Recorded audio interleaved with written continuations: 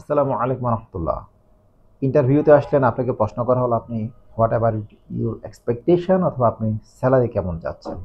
সরাসরি প্রশ্নটা করে এই প্রশ্নের বিপরীতে আপনি যদি অ্যান্সার করেন যে আমি 40,000 টাকা 50,000 টাকা স্যালারি চাই, আপনার ডিপার্টমেন্ট যাই হোক, সেলস হতে পারে, টেকনিক্যাল সাপোর্ট হতে পারে, সফটওয়্যার টিম হতে পারে, অ্যাডমিন হতে পারে, হোয়াট এভার, কিন্তু আপনি কখনো কোথাও কোনো কাজ করেননি।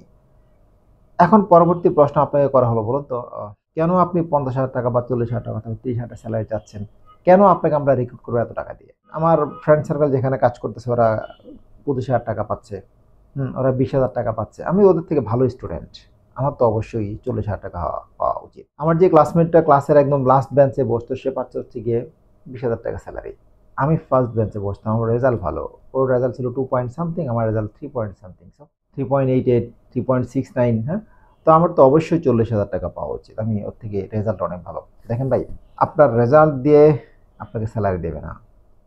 যেখানে আপনি রিক্রুট করবে আপনাকে বা আপনি যেখানে জয়েন করুন, ওনারা দেখবে আপনি কতটুকু কোম্পানির জন্য এফোর্ট দিতে পারবেন, কোম্পানির জন্য কতটুকু কাজ করতে পারবেন, তার উপর ডিপেন্ড করে আপনাকে স্যালারি ধার্য করবে। আপনার বন্ধু কত পাচ্ছে অথবা আপনার বান্ধবী কত পাচ্ছে অথবা আপনার রেজাল্ট কি, সেটা কিন্তু কোথাও কোনো মুখ্য বিষয় নয়। মুখ্য বিষয় আপনি কি জানেন। এখন অনেকে বলে থাকে যে একজন লাইক আপনাকে বলা হলো আপনি 15,000 টাকা আপনাকে আমরা দিচ্ছি, আপনি জয়েন করেন।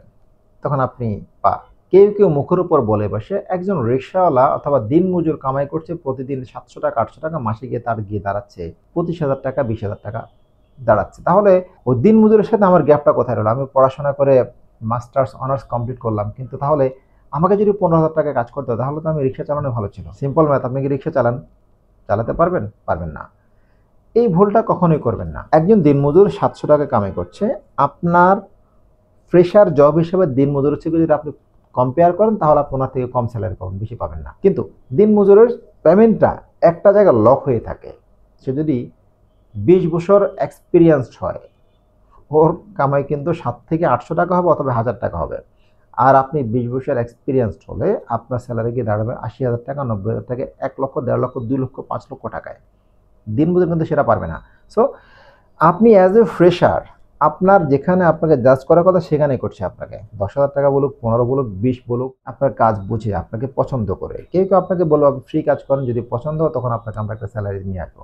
আশা দেওয়ার জন্য আপনাকে আমরা একটা কনভিন্স দেবো, এটাকে স্যালারি না, ওটাকে আমরা স্যালারি ধরছি না, দ্যাটস ওয়াই ফ্রি। এভাবে আপনাকে রিক্রুট করবে। আপনি যদি কম্পেয়ার করেন আপনাকে অন্য ক্লাসের সাথে, তাহলে ভাই আপনি প্রপার শিক্ষা বা এডুকেশনটা আপনি গ্রহণ করতে পারেননি।